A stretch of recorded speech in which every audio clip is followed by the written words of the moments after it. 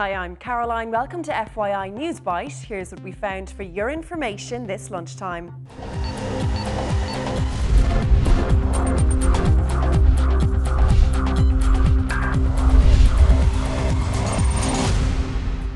Technology is being used as a weapon against women. New stats from Women's Aid show social media is increasingly being used in abusive relationships to monitor and stalk young women. The domestic violence figures released today reveal more than 10,000 women contacted its helpline last year to report cases of abuse. There's more evidence that abusers are monitoring calls and texts and using social networking sites against their victims. Greece has taken to the streets. Anti-government rallies are underway in Athens and other cities around Greece in protest over spending cuts and planned tax hikes. Greek police have surrounded some 20,000 protesters who are trying to stage a blockade at the parliament. Security's been stepped up for the 24-hour strike and protest led by the country's biggest union. Back again, parts of New South Wales have been declared natural disaster zones following heavy rain and severe flooding. More than 1,500 people have been told to evacuate their homes as communities are being cut off by rising floodwaters. A man's been killed when a tree fell on his car. Aerial footage showed areas resembling an inland sea. It's just a floodplain and it's just a sea of water. And at the moment there would be 10,000 people isolated. 2 men have been arrested in the UK on suspicion of conspiracy to rob and murder singer Joss Stone.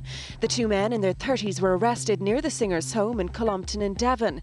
It's being reported that they were found carrying swords, plans of the singer's home and a body bag.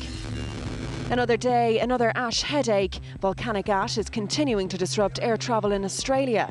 Perth's been hit just as mainland air travel had been getting back to normal on the 4th day of disruptions. The ash has thrown air travel in Australia and New Zealand into disarray since Sunday, with more than 70,000 passengers stranded.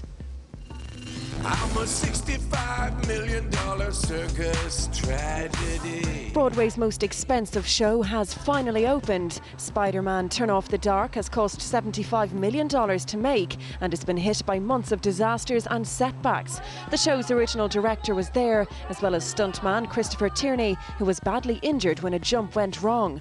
U2's Bono and The Edge wrote the show's score, and they're confident it's not going to flop. I was in the theatre just a few days ago, and it's just one of the most wonderful things I've ever seen, and now you just forget about the past, and I think it's going to have a very, very bright future. FYI is interactive. From your opinions to news you think we should be covering, we want to hear it all. FYI is available to you 24/7 online for all the information you need to know. Simply log on to tv3.ie/3e/FYI.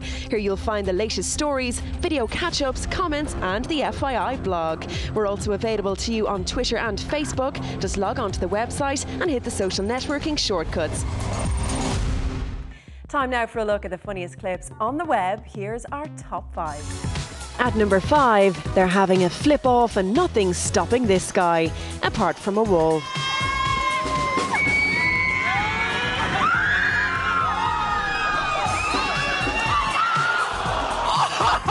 At number 4, take a gander at these surfing geese.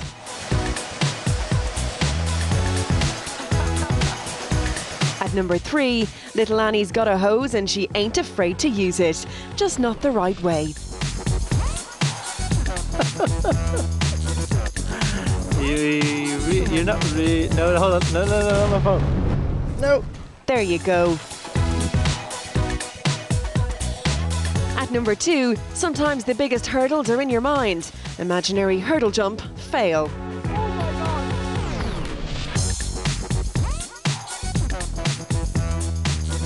And number 1 today, it's the L'Oreal Irish Hair Show, and this model's working that catwalk because she's worth it. Or maybe not. Tune into FYI later for the newest downloads. We'll have more on the top stories, plus catch up on today's tech news with Cassie, and Paul will be here with the sport. We'll see you back here at 6, right here on 3E.